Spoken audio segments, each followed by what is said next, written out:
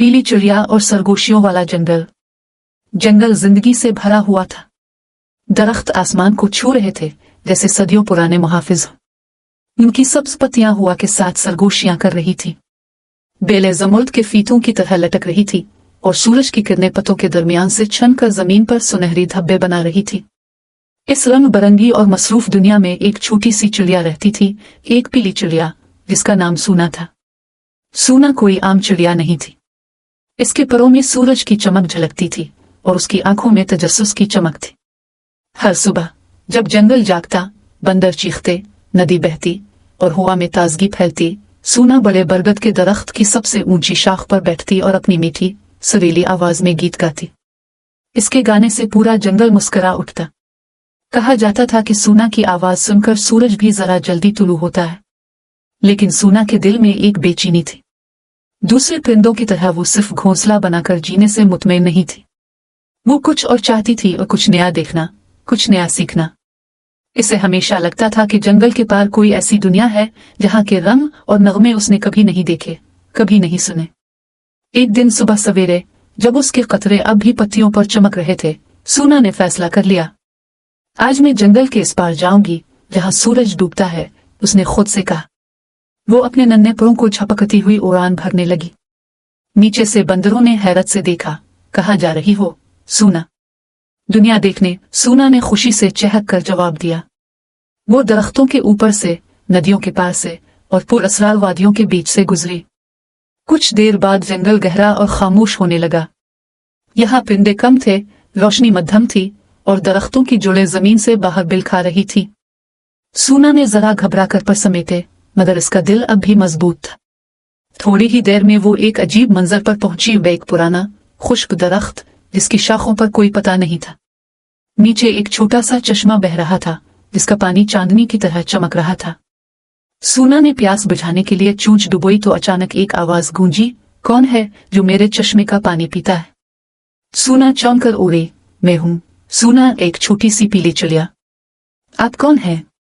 आवाज ने नर्म हंसी के साथ जवाब दिया, मैं इस जंगल की रूह हूं।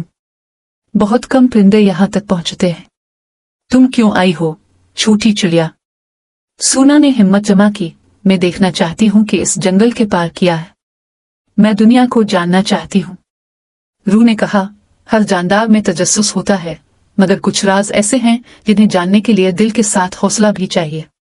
अगर तुम वाकई देखना चाहती हो तो 3 आजमाइशों से गुजरना होगा। सूना ने फौरन कहा, मैं तैयार हूं।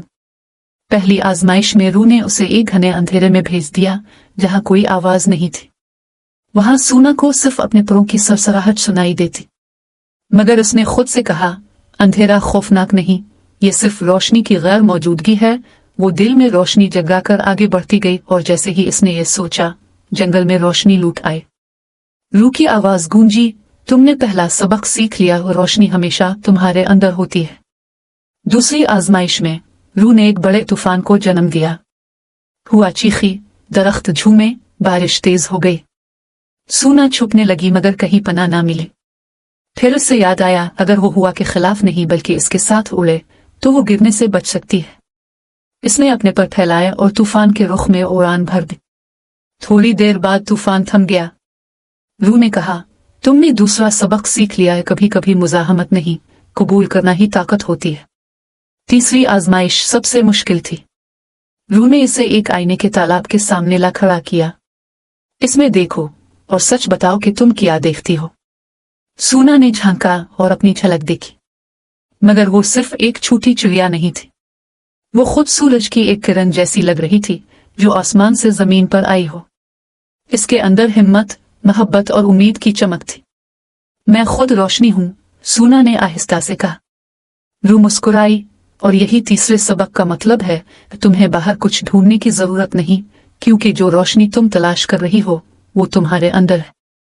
सूना ने शुक्रगुजार होकर सर झुकाया।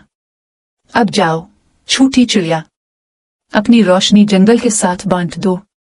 सूना वापस उड़ी, मगर अब वो पहले जैसी नहीं थी। इसकी उड़ान में वकार था, इसकी आवाज में गहराई। जब वो बरगद के दरख्त पर लौटी तो सब जानवर हैरान रह गए। सूना, तुम बदल गई हो, बंदर ने कहा। हाँ, वो हंसी, क्योंकि मैंने खुद को पहचान लिया है। इस दिन के बाद सोना के गीत पहले से ज्यादा मीठे हो गए। इसकी आवाज में एक ऐसी ताकत थी जो हर दिल को छू लेती थी। जब कभी जंगल में अंधेरा छा जाता या जानवरों में खौफ फैल जाता, सोना गाना शुरू करती और हर दिल में उम्मीद की चिंगारी जाग उठती। साल गुजरते गए, मगर सोना की कहानी कभी पुरानी नहीं हुई। छोटे परिंदे इसे याद करते हुए कहा करते, अगर तुम्हें कभी डर लगे तो अपने दिल की आवाज सुनो, जैसे पीली चिड़िया ने सुनी थी। और यूं वो जंगल जो कभी सिर्फ सरगोशियों से भरा था, अब एक नगमे से गूंजता रहता, सोना की आवाज से, जो रोशनी बनकर हमेशा के लिए जंगल में बसी।